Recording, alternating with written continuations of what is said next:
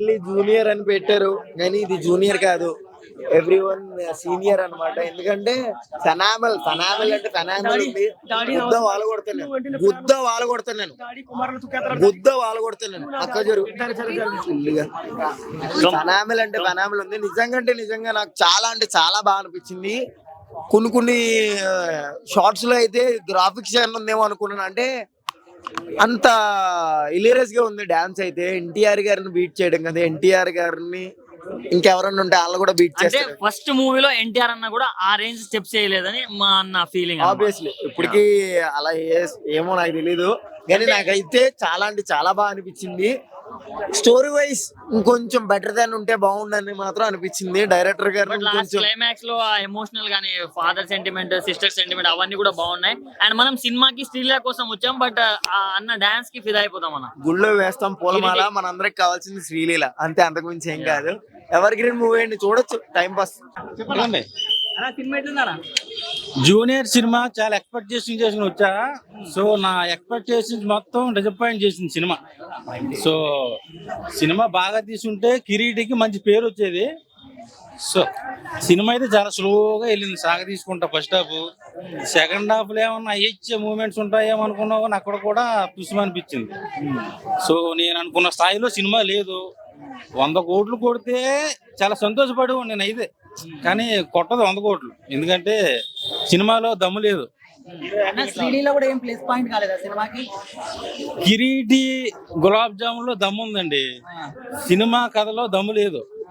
So ఇంక ఏం చేసుకున్నా ఇంకా కథ అంతే అలాగే ఉంటది. జెనీలి గారు యాక్టింగ్ బాగా చేశారు, కాకపోతే ఆవిడ కంబ్యాక్ అంటే మాత్రం నేను ఒప్పుకోను. అలాగే శ్రీలీల కూడా ఈ సినిమాలో అవసరమా నాకు అనిపించింది. ఎందుకంటే అసలు సెకండ్ హాఫ్ లో ఒక సాంగ్ తప్ప ఏమీ కనిపించలేదు. మరి హీరో డాన్స్ మాత్రం బాగా చేశాడు, జూనియర్ ఎన్టీఆర్ చేసినట్టే చేశాడు యాక్టీజ్. సో డాన్స్ విషయంలో, యాక్టింగ్ విషయంలో కిరీటిని మెచ్చుకోవాలి.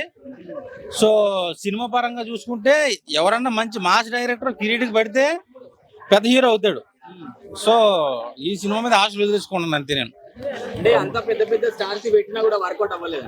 నేను అదే అన్న, అందరూ ఉన్నారు పెద్దోళ్ళు. డైరెక్టర్ ఆ స్క్రిప్ట్ సరిగా రాసుకోలేదు.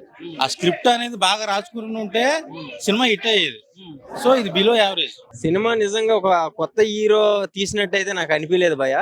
ఎందుకంటే ఒక పాత హీరోనే చాలా సినిమాలు చేశాడు, ఆ సీనియారిటీ కనపడింది నాకు ఫస్ట్ హాఫ్.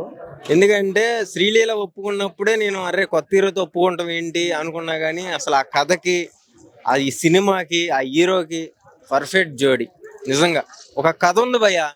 మనం ఎన్నో సినిమాలు చూస్తున్నాం కదా, ఈ 2025లో పక్కా చెప్తున్నా, కాళ్ళకి చెప్పులు కూడా తీసి చెప్తా, ఈ 2025లో ఒక మంచి సినిమా ఏదైనా ఉంది అంటే ఇదే భయ, 100% చెప్తున్నా.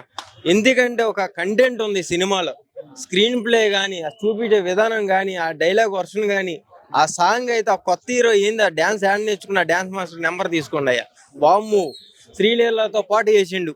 శ్రీలీలే డాన్సర్ అనుకుంటే దానికి బాబులా చేసిండు. నిజంగా దండం పెట్టొచ్చు. కథ ఉంది మంచిగా. అసలు ఇన్ని రోజుల తర్వాత బొమ్మరీల తర్వాత హీరోయిన్ అసలు ఏం క్యారెక్టర్ అన్నది, ఆ క్యారెక్టర్ సినిమా ట్విస్ట్ అయ్యటం అసలు నిజంగా మైండ్ బ్లోయింగ్. నాకు ఒక కూతురికి తండ్రి మీద ఎంత ప్రేమ ఉంటది, తండ్రి కొడుకు మీద ఎంత ప్రేమ ఉంటది అన్నది కూడా ఒక మెసేజ్ చూపించాడు. చాలా బాగుంది సినిమా.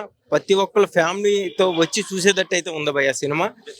ఇంకొకటి, ఫోన్ని ఎలా వాడాలి, టెక్నాలజీ అసలు ఏంటి అన్నది కూడా ఈ సినిమాలో ఒక మెసేజ్ రూపంలో చూపించడం అయితే జరిగింది. సూపర్ అది.